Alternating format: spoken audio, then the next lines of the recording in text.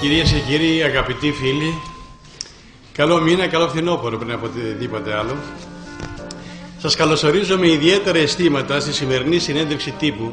για τα 45 Δημήτρια του Δήμου Θεσσαλονίκης, του κορυφαίου πολιτιστικού θεσμού της πόλης μας, που έχει κερδίσει με το πέρασμα των χρόνων και την αγάπη όλων των Θεσσαλονικαίων και των φίλων των τεχνών και την αγάπη και την εμπιστοσύνη των Ελλήνων και ξένων καλλιτεχνών, αλλά και έχει καθιερωθεί ως ένα από τα σημαντικότερα, θα έλεγα, πολιτιστικά φεστιβάλ στην Ευρώπη. Για μας όλα αυτά τα χρόνια τα Δημήτρια ήταν και είναι μια γέφυρα επικοινωνίας, ένα σταυροδρόμιο που μέσα από δεκάδες εκδηλώσεις ανταμώνουν και επικοινωνούν με τον πιο ωραίο τρόπο διαφορετικοί πολιτισμοί από όλον τον κόσμο, αναδεικνύονται όλα τα σύγχρονα ρεύματα σε όλες τις τέχνες, αναδεικνύονται νέοι δημιουργοί,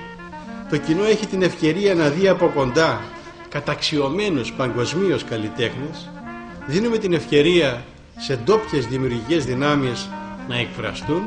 και σίγουρα αυτό που βαθιά επιθυμούμε είναι μέσα από τις τέχνες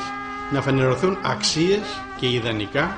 όνειρα και καημοί που ίσως έχουν χαθεί από τη συννεφιά της βαρετής καθημερινότητας.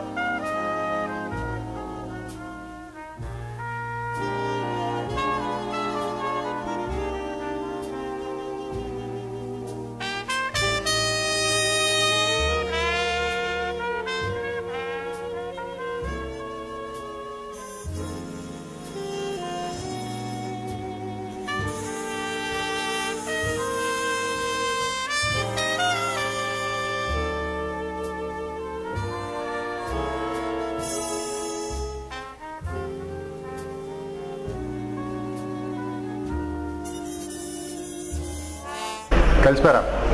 Σας καλωσορίζουμε στα γένεια της έκθεσης φωτογραφίας του αέναος κύκλος της εργασίας, ο οποίος είναι ενταγμένος στα πλαίσια των Δημητρίων του Δήμου Θεσσαλονίκης. Με την ευκαιρία αυτή θέλω να ευχαριστήσω την Αντιμαρχία Πολιτισμού του Δήμου Θεσσαλονίκης, το χώρο που μας φιλοξενεί το εστιατόριο Καποδιστρίου 9 και τη φωτογραφική ομάδα 14 κοινών φωτογράφων για να μέρθει τη βοήθειά τους. Εύχομαι να απολαύσετε την έκθεσή μας.